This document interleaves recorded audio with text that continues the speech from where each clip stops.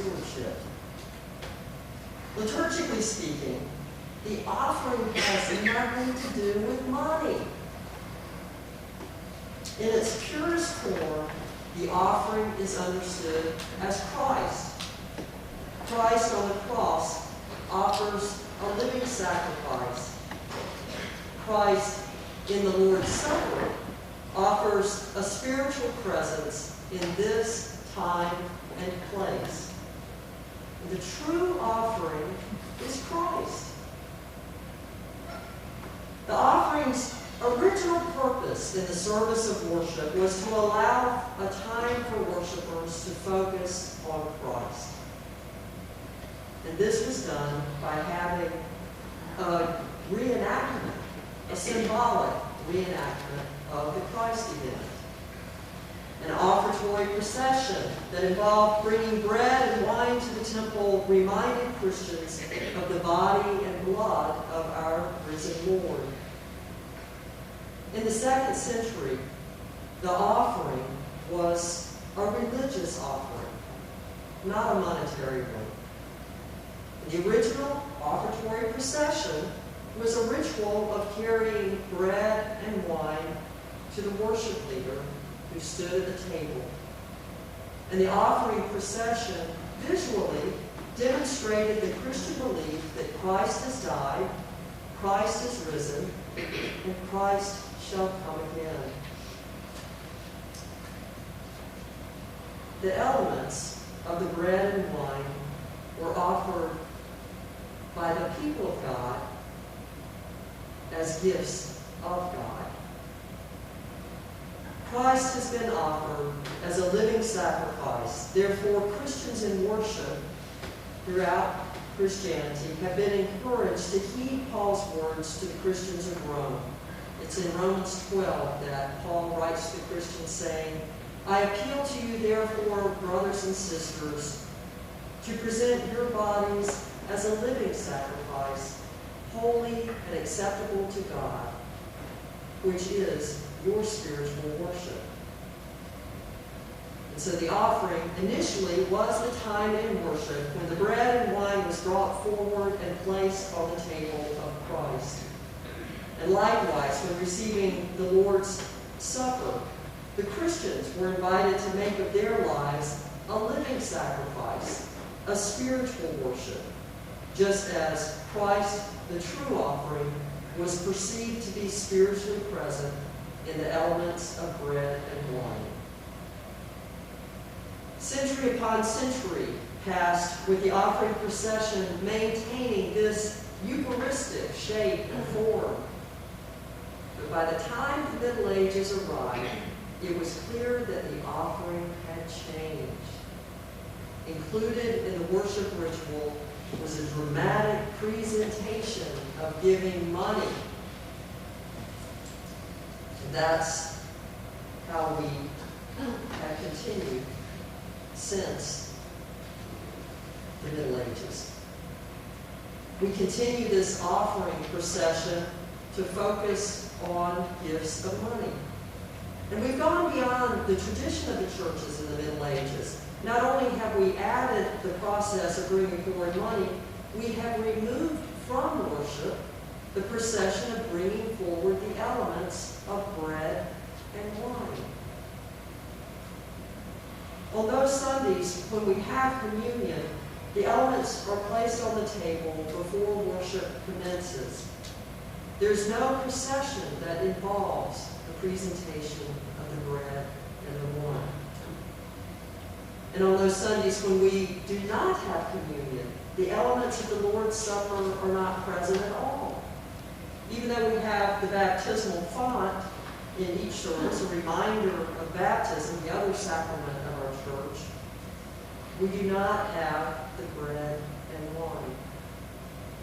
And many churches use the table for the Lord's Supper as an altar for receiving the gifts of money. We don't do that here or in Marlborough. We have the stands on the side. The offering procession originally was intended to be a ritual to remind us of the presence of Christ, but instead it has become a procession to demonstrate our presence in relationship with God. Grant Copeland, the pastor who wants to get rid of the contemporary offering procession, concedes that it does accomplish 4 tasks. The contemporary offering symbolizes the offering of our lives to God. It dramatizes the congregation's financial stewardship. It reminds the members to support the church budget, and it gets the money to the front of the sanctuary. We make great fanfare of our offering. We have special music that dramatizes the moment. Even though we are instructed not to make a show of our gifts, we do. And we're a typical congregation. I'm not just picking on us here in Highland. Jesus in the Sermon on the Mount teaches, whenever you give alms, do not sound the trumpet before you, as the hypocrites do in the synagogues and the streets, so that they may be praised by others. Truly, I tell you, they have received their reward. But when you give alms, do not let your left hand know what your right hand is doing, so that your Father who sees in secret will reward you. We are taught by Jesus not to be showy when we give alms, and yet, when there is no pandemic, when we have the offering in our church, we make a grand display of our gift each Sunday. While the gifts are being received, we have a glorious offertory. It's wonderful. It's really wonderful music. And when the money is brought forward, we resoundingly sing the doxology. But realize when Jesus provides instruction on the appropriate way to give alms, he does not prohibit the gift. He's not speaking against giving money. Jesus simply encourages humility when making such a gift. And this teaching by Jesus about the giving of alms is informative, for it helps us to understand the evolution of offering practices. When we trace the roots of our Judeo-Christian tradition, we find 3 distinct forms of giving money: alms, tithes, and a collection. There used to be 3 ways that people gave money. Alms were intended specifically for the poor.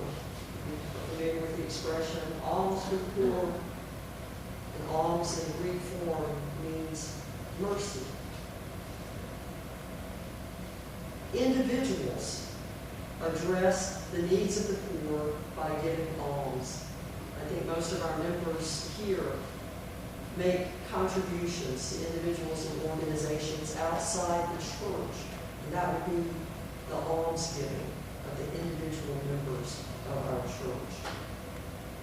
And historically, the money for almsgiving was given directly to the individual in need, or there was an alms box outside the temple so that people could contribute there. And the money was used to buy food, which we've heard today, we're still doing, and other items for those in need. Typically, the widows, the orphans, the sick, and the poor. Persons who collected the alms and made purchases and distributed the goods were known as almoners. It's a word that has left our vocabulary, almoners. Today, the deacons in our churches are tasked with the function, the historic function of the almoners. Alms were the funds given for the poor. Almsgiving was part of the religious code of Judaism that required good works. And alms were one of the 3 forms of money giving in the early church. Tithes were different from alms. And maybe you've noticed in the last decade, when I call for the offering, I'll say, now may we present our tithes and our offerings. Tithes were given historically to support the temple. Tithes supported the religious institution itself. A modern application of tithes would be the proportion of our money, or the portion that keeps the church doors open, the physical plant, the utilities, the salaries, the new boiler, the sidewalks, the roof. While a tithe is commonly known as a 10% fraction, historically it would be considered to have been that portion of the funds that went to the maintenance of the institution. Alms and tithes were distinct, as was the collection. The collection was an opportunity for the religious community to make a corporate gesture of giving. Together, the money of believers was collected, probably at the end of the service, even after the worship ritual had been concluded. Justin Martyr, in the 2nd century, writes about the collection. He said, "Those who prosper and who so wish contribute each as much as he chooses to. What is collected is deposited with the president, and he takes care of the orphans and widows and those who are in want on account of sickness or any other cause, and those who are in bonds, and the strangers who are sojourners among us. And briefly, he is the protector of all those who are in need." The collection in the early church was not intended for the church itself. The collection was given to others in the name of the church on behalf of Christ. So these three forms of giving money in the ancient days, involved alms, tithes, and the collections. But none of these in the early church were considered to be the offering. The offering was the presentation of bread and wine.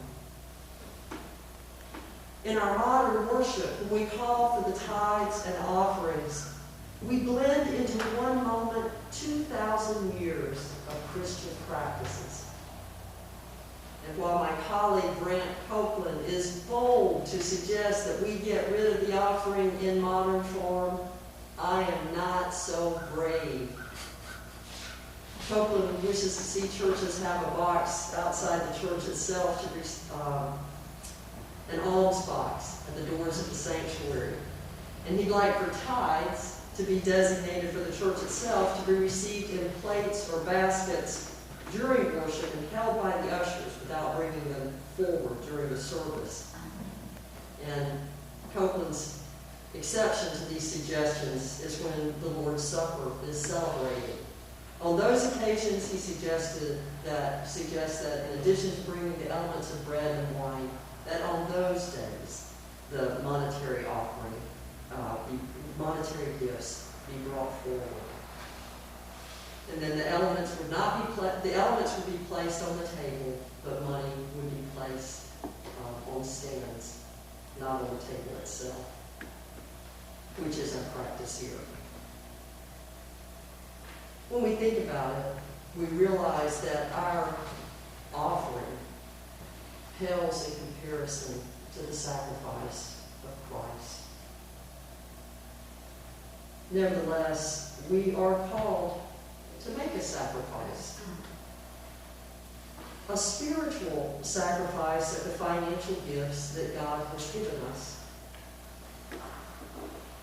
And that would be a symbolic sacrifice of the gifts that God has given us, and a spiritual sacrifice of our lives.